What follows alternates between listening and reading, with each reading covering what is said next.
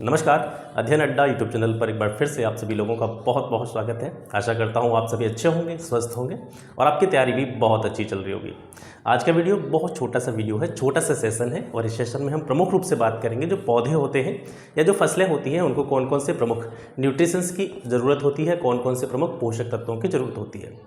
और यहाँ से एक प्रश्न आपका बनने की प्रबल संभावना है और वो प्रश्न कहाँ से बनेगा ये भी मैं आपको बताऊंगा। बहुत ज़्यादा समय मैं आपका नहीं लूँगा और क्लासेस स्टार्ट करने से पहले आपको बता दूँ, आप लोग सोच रहे होंगे कि जो क्लासेस हैं वो जल्दी जल्दी नहीं मिल पा रही हैं, तो उसके पीछे रीज़न ये है कि मैं आपके लिए ही कंटेंट तैयार कर रहा हूँ और अकेला व्यक्ति हूँ। आप समझिए मेरे पास कोई टीम तो है नहीं, तो अकेला व्यक्ति हूँ। तो जॉब हो जाती है 3 बजे के बाद, मैं 3 बजे के बाद आऊँ तो कुछ फैमिली प्रॉब्लम्स भी होती हैं। आप जानते हैं फैमिली से जुड़े हुए काम भी होते हैं, वो भी करने पड़ते हैं। जॉब से रिलेटेड कुछ वर्क होते हैं वो भी करने पड़ते हैं। उसके अलावा जो रात में टाइम निकालता हूँ आप लोगों के लिए, जो काम है यानी जो मैंने आपसे प्रॉमिस किया था कि होली के बाद में यानी 17 मार्च के बाद में आपको जो एग्ज़ाम से रिलेटेड फाइनल कंटेंट है, फाइनल जो चीज़ें आपको मुझे देनी है, फाइनल चीज़ें जो मुझे आपको प्रोवाइड करनी है, उनके ऊपर मैं लगातार काम कर रहा हूँ।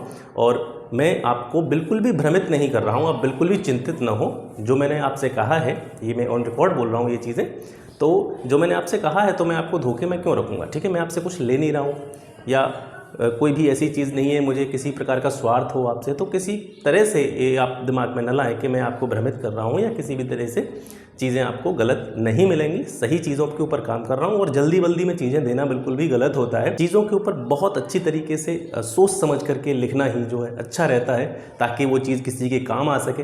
अंधाधुंध बनाया, लिखा और आपको प्रोवाइड कर दिया, उससे भी कोई मतलब नहीं है। तो ये 4-5 दिन का टाइम लगेगा इसमें और चीज़ें पूरी तरीके से क्लियर हो जाएंगी। उसके बाद में मैं आपको ये सारी चीज़ें 17 तारीख के बाद में प्रोवाइड करना स्टार्ट कर दूँगा। ठीक है, और ऐसी बात नहीं है कि 17 तारीख तक आपको कंटेंट नहीं मिलेगा, वीडियो आपको मिलता रहेगा। 17 तारीख तक भी आपको रेगुलर वीडियो मिलता रहेगा। ठीक है, तो टेंशन लेने की ज़रूरत नहीं है, भरोसा रखें, आपका भाई आपके साथ है, किसी भी प्रकार की कोई टेंशन आपको नहीं लेनी है। ठीक है, कुछ ना कुछ आपकी सफलता में, कुछ ना कुछ आपकी सक्सेस में मैं कॉन्ट्रीब्यूट 100% करूँगा। ठीक है, तो आज का जो सेशन है हमारा पोषक तत्व या जो कह सकते हैं न्यूट्रिशंस होते हैं पौधों के, फसलों के, उनसे जुड़ा हुआ है। और ये पूरा सेशन भी अगर आप पूरा याद ना रख पाएँ, जितना भी कंटेंट मैंने यहाँ पे लिख रखा है, अगर ये पूरा भी आप याद ना रख पाएँ, तो मैं आपको हाई पॉसिबिलिटी वाली एक चीज़ बता रहा हूँ कि यहाँ से प्रश्न बहुत कह सकते हैं कि बहुत ज़्यादा चांस है कि यहाँ से आपका प्रश्न बन सकता है कि जैसे पोषक तत्व जब भी हम पढ़ते हैं, ठीक है, तो जितने भी पोषक तत्व हैं, जितने भी न्यूट्रिशंस हैं पौधों के या फसलों के,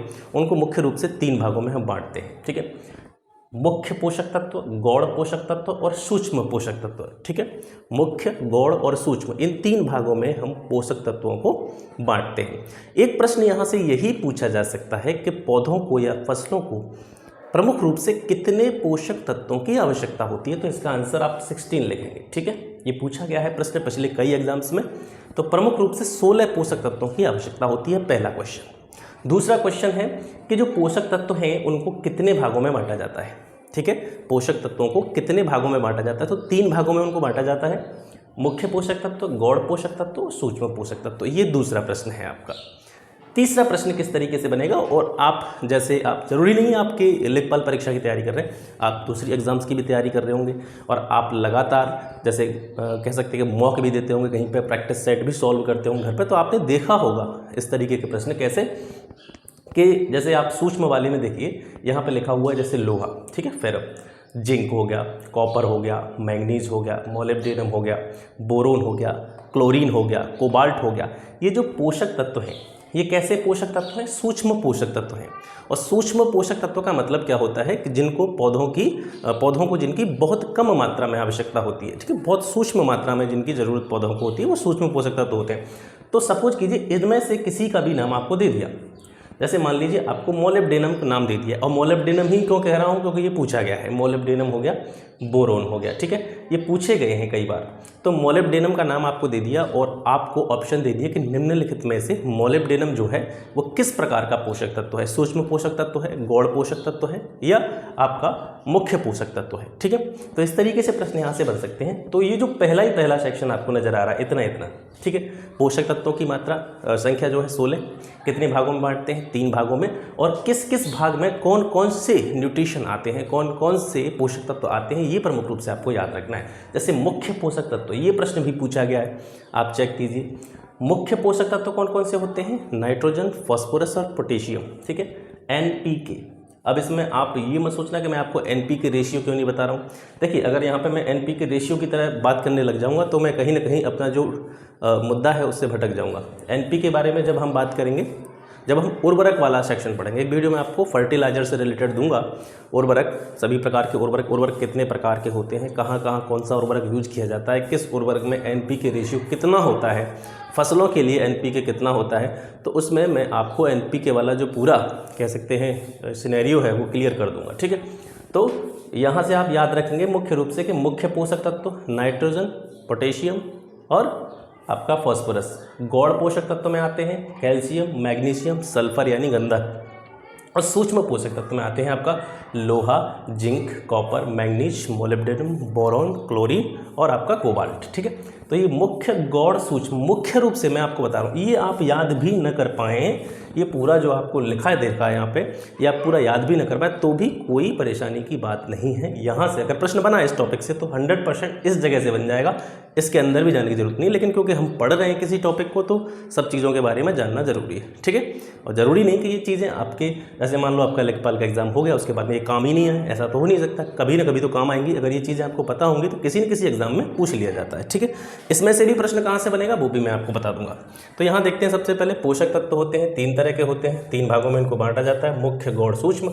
मुख्य में मैंने आपको बता दिया NPK, ठीक है, नाइट्रोजन, फास्फोरस, पोटेशियम, और मुख्य रूप से ये जो मुख्य पोषक तत्व हैं NPK जो पोषक तत्व हैं ये पौधों को कहाँ से प्राप्त होते हैं, ये मुख्य रूप से उर्वरकों के थ्रू प्राप्त होते हैं, जो फर्टिलाइजर होते हैं हमारे उनके थ्रू हमको मिलते हैं। ठीक है, और ये जो कैल्शियम, मैग्नीशियम, ऐसे ये मिनरल्स हैं। ठीक है, सूक्ष्म पोषक तत्व हैं, ये भी सब मिनरल्स हैं। ठीक है, अब 1 बाय 1 सभी को जान लेते हैं कि किसी पोषक तत्व की क्या रोल रहता है किसी भी फसल में या किसी भी पौधे में। तो नाइट्रोजन का क्या रोल रहता है, ये पर्णहरित निर्माण में सहायता करता है। ठीक है, इसके अलावा जो फोटोसिंथेसिस की प्रक्रिया होती है, प्रकाश संश्लेषण की प्रक्रिया होती है, उसमें भी ये सहायता करता है। इसके अलावा जो नाइट्रोजन का रोल है वो है कि जो फसल कटने की अवधि होती है, जैसे फसल बोई पक करके वो तैयार हो गई तो फसल को थोड़ा सा टाइम लगेगा पकने में, तो फसल बहुत अच्छी तरह से पकेगी, थोड़ा सा ढंग तरह से पकेगी। अब क्या होता है कि बहुत सी फसलें आपने देखी होंगी, जो गांव वाले लड़के होंगे, गांव से जो भी देख रहे होंगे, उन्होंने देखा होगा कोई भी फसल जो है बहुत जल्दी ग्रोथ कर जाती है, बहुत जल्दी पक जाती है, तो उसके जो दाने होते हैं या उसके जो भी अनाज होता है उसका विकास नहीं हो पाता ढंग से। तो फसल कटने की जो अवधि होती है इसको बढ़ाने में सहायता करता है नाइट्रोजन। पोटेशियम की बात करें तो जो पौधे होते हैं या फसलें होती हैं, उनके जो पेड़ होते हैं उनका तना उसको मजबूती प्रदान करता है। इसके अलावा पोटेशियम को विशेष रूप से यूज किया जाता है, जो कीटनाशक वगैरह होते हैं या रोगों से लड़ने वाली जितनी भी दवाइयाँ आती हैं, ठीक है, मार्केट में जितनी भी दवाइयों का छिड़काव वगैरह होता है उसमें पोटेशियम विशेष रूप से यूज किया जाता है। तो पोटेशियम पहली तो चीज़ है कि तने को मजबूत बनाता है। इसके साथ साथ कीट और रोगों के प्रति सहनशीलता की जो क्षमता होती है पौधे के अंदर, फसल के अंदर, उसको बढ़ाता है, उसमें वृद्धि करता है। इसके अलावा पौधे को सूखे के झटके से बचाने का कार्य भी पोटेशियम तत्व जो है करता है। ठीक है, जैसे सूखा पड़ जाए, पानी की व्यवस्था ना हो, फसल सूख रही है, तो उसके अंदर उस सूखे को झेलने की, उस सूखे को सहन करने की क्षमता पौधे के अंदर होगी, वो पोटेशियम के कारण होगी।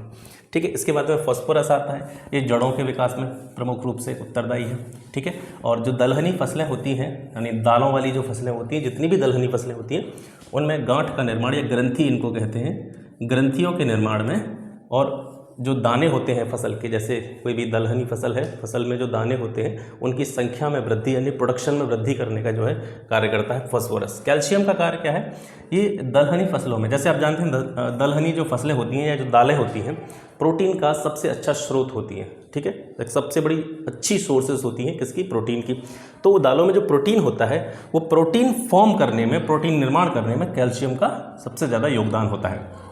मैग्नीशियम की बात करें तो मैग्नीशियम क्लोरोफिल में, ठीक है, क्लोरोफिल के निर्माण में भी सहायता करता है। इसके साथ साथ जो चारा फसलें होती हैं, चारा फसलें किसको कहते हैं, चारा फसलें वे होती हैं जो पशुओं को, जैसे आपने देखा होगा चारा वगैरह यानी पशुओं के खाद्य के रूप में यूज की जाती हैं। ठीक है, गांव वाले सभी को पता होगा चारा फसलें क्या क्या होती हैं। तो जो ऐसी फसलें जो फसलों को चारे के रूप में, फसलों को भोजन के रूप में दी जाती हैं, खाद्य के रूप में दी जाती हैं, वो सारी चारा फसलें होती हैं। तो चारों फसलों के लिए के विकास के लिए भी मैग्नीशियम अत्यंत महत्वपूर्ण है।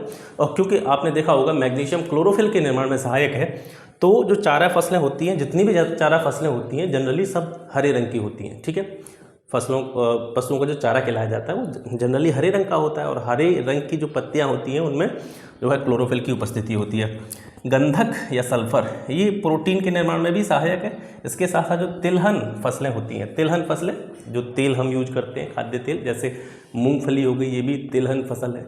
सरसों हो गई, तिल हो गया, ठीक है, सूरजमुखी हो गया, ये सभी तिलहन है। और इन तिलहनों में जो तेल की मात्रा होती है, इनके बीजों में जो तेल निकलता है, उस तेल की मात्रा में वृद्धि करने का कार्य किसके द्वारा किया जाता है? सल्फर यानी गंधक के द्वारा। लोहा का क्या कार्य है? लोहे का कार्य है क्लोरोफिल एवं प्रोटीन के निर्माण में सहायता करना। जस्ता या जिंक ये प्रोटीन के संश्लेषण में सहायता करता है। कॉपर जो होता है, जितने भी रोग होते हैं जो कवकों से लगते हैं फसलों में, कवक जनित जितने भी रोग होते हैं उनका कंट्रोल करना, ठीक है, उनके कंट्रोल करने में हेल्प करता है कॉपर। मोलिब्डेनम मोस्ट इम्पोर्टेंट, ये कई बार पूछा गया है। मोलिब्डेनम जो है ये क्या करता है? जो दलहनी फसलें होती हैं उसमें नाइट्रोजन का स्थिरीकरण करता है। दलहनी फसलों में नाइट्रोजन का स्थिरीकरण किस पोषक तत्व के द्वारा किया जाता है? तो वो मोलिब्डेनम के द्वारा किया जाता है। इसके अलावा किसी पर्टिकुलर फसल में विटामिन सी की मात्रा हो तो विटामिन सी की मात्रा में वृद्धि करने का कार्य करता है। और देखा होगा बहुत से अनाज ऐसे होते हैं, यानी अनाजों में जो मिठास होती है, हल्की सी मिठास होती है, शर्करा की जो मात्रा होती है उनमें, उसकी शर्करा की मात्रा को बढ़ाने में सहायक मोलिब्डेनम है। मुख्य रूप से प्रश्न यहाँ से मोलिब्डेनम से यही बनता है कि जो दलहनी फसलें होती हैं, दलहनी फसलों में नाइट्रोजन स्थिरीकरण के रूप में उत्तरदायी तत्व कौन सा है? तो वो मोलिब्डेनम है। नाइट्रोजन स्थिरीकरण क्या होता है आप सभी ने पढ़ा होगा। मैं आपको हल्का हल्का सा बता देता हूँ। नाइट्रोजन स्थिरीकरण मतलब जैसे नाइट्रोजन जो वायुमंडल में उपस्थित होती है, ठीक है, हमारे इन्वायरमेंट में जो नाइट्रोजन उपस्थित होती है वो यौगिक के रूप में होती है, ठीक है, यौगिक के रूप में उपस्थित होती है। तो उस नाइट्रोजन को एक तरह से हम कह सकते हैं पोषक तत्व के रूप में कन्वर्ट करना, उस वायुमंडलीय नाइट्रोजन को पोषक तत्व के रूप में कन्वर्ट करने की क्रिया नाइट्रोजन स्थिरीकरण होती है, ठीक है। कभी साइंस की क्लास चलेगी। वैसे आपको बता दूं मैं, आप केवल अगर लेखपाल परीक्षा के लिए ही जुड़े हैं वो एक अलग बात है, क्योंकि मैंने अभी इस पर काम करना स्टार्ट किया। चैनल मैंने काफ़ी पहले बना लिया था, लेकिन इस पर मैं लगातार काम नहीं कर पाया था। अब इस पर मैं लगातार काम करने का मेरा मन है और मुझे अच्छा लग रहा है, मैं इस पर लगातार काम करूँगा।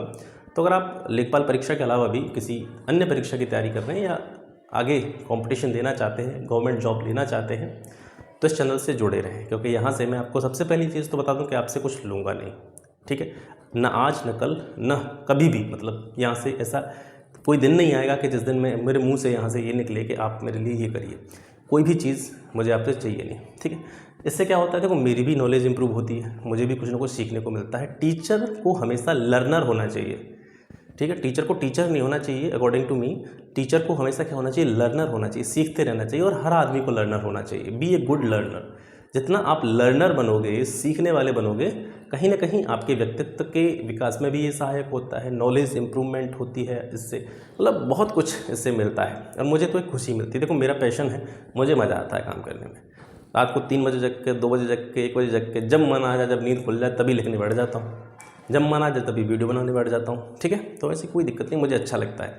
तो मैं क्या कह रहा था कि जो भी आपका बहुत सारी सब्जेक्ट्स हैं, जैसे साइंस है, साइंस के नोट्स मैं लगातार तैयार कर रहा हूँ, बहुत अच्छी तरीके से तैयार कर रहा हूँ उनको। ज्योग्राफी के नोट्स मैं तैयार कर रहा हूँ बहुत अच्छी तरीके से, इन सभी को। तो जैसे ही एग्ज़ाम ख़त्म होता है तो उसके बाद में रेगुलर जो अन्य सब्जेक्ट्स हैं उनको मैं फ्री ऑफ कॉस्ट बहुत अच्छे कंटेंट के साथ पूरे डिटेल में, पूरा एक सब कह सकते हैं ना, किसी चैप्टर का कॉन्सेप्ट क्लियर करते हुए उसको मैं इस चैनल पर अपलोड करूँगा। तो यहाँ से जुड़े रहें, आपको कुछ ना कुछ मिलता रहेगा। तो मोलिब्डेनम हो गया आपका। बोरोन देख लेते हैं। बोरोन में क्या होता है, जो दलहनी फसलें होती हैं, ठीक है, उनमें जड़ ग्रंथि, जैसा कि मैं अभी बता रहा था आपको, दलहनी फसलों की जड़ ग्रंथि फॉर्म करने में, जड़ ग्रंथि बनाने में सहायक होता है। बहुत सी चीज़ ऐसी हैं जो आपको यहाँ पे नई लग रही होंगी, तो यहाँ पे मैं डिटेल में इसलिए नहीं जा रहा हूँ क्योंकि छोटा सा सेशन है और ये सुबह का टाइम है। मैं करीबन 7, सवा 7 बजे इस वीडियो को रिकॉर्ड कर रहा हूँ और यहाँ से आके मुझे फिर स्कूल भी जाना है, ठीक है।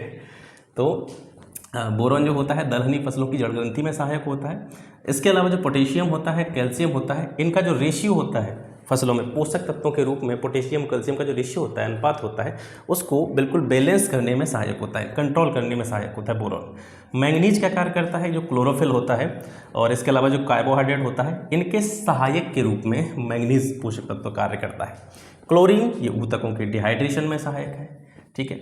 डिहाइड्रेशन यानी ऊतकों में जो पानी की मात्रा होती है, कह सकते हैं जो किसी कोई भी पौधा है या कोई भी फसल का पौधा है उसमें सबसे ज़्यादा मात्रा किसकी होती है, पानी की होती है। लगभग 80% जो है उसमें जल होता है, किसी भी पौधे में 80% मात्रा वाटर की होती है।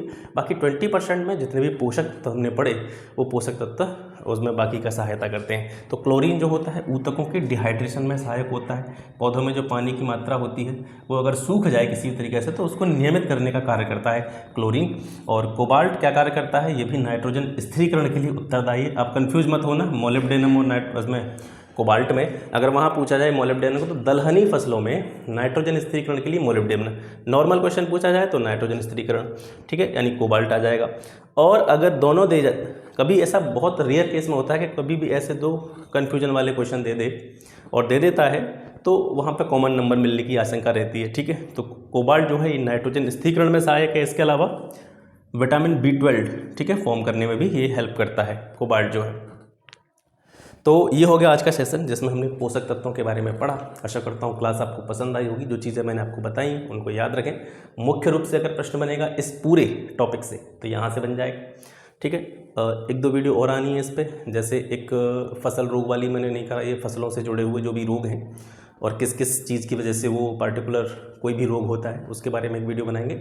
और बाकी चीज़ें आपको पता ही हैं, जैसा कि मैंने कह दिया है आपसे। होली के बाद आफ्टर 17 मार्च जितना भी कंटेंट होगा वो बढ़िया से बढ़िया तरीके से मैं तैयार कर रहा हूँ, बहुत अच्छी तरीके से उसको तैयार कर रहा हूँ। उसको तैयार करने के बाद में आपको रेगुलरली मैं उसको प्रोवाइड करूँगा। एग्ज़ाम अब बहुत जल्दी हो सकता है आपका, ये भी आप ध्यान रखें। और इतनी भी जल्दी नहीं हो रहा है कि 10 दिन में आपका एग्ज़ाम हो जाए, महीने भर से ज़्यादा का समय आपको आराम से मिलेगा। तो कहने का मतलब है अब थोड़ा सा गंभीर हो जाइए, सीरियस हो जाइए, सीरियस तरीके से पढ़ाई करना स्टार्ट कर दीजिए।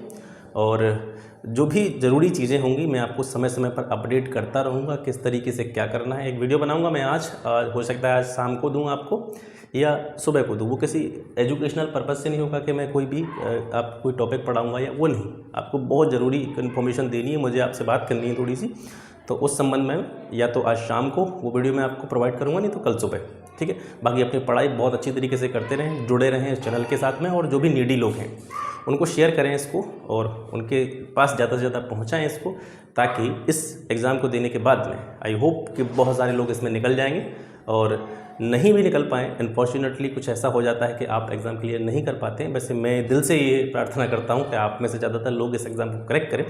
फिर भी ऐसा नहीं हो पाता है, प्रैक्टिकली ये चीज़ें नहीं हो पाती हैं। किसी भी कारणवश अगर आप इसको एग्ज़ाम को क्लियर नहीं कर पाते हैं तो be ready for UP constable 2022।